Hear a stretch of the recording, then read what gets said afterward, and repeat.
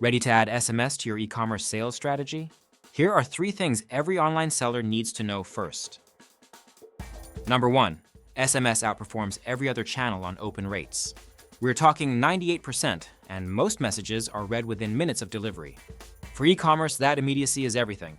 A flash sale expiring at midnight needs to land now, not tomorrow when your customer finally checks email. Number 2, consent is everything.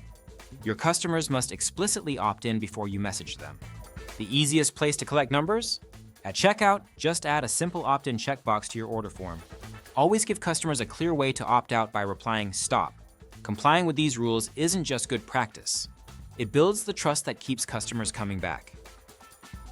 Number 3, short, timely, and personal wins every time. Keep messages under 160 characters. Use urgency, today only, or back in stock. Personalize when you can. A text that says, "Hey Sarah, your cart is waiting," converts better than a generic blast. Segment your list. Your skincare buyers don't need your shoe sale.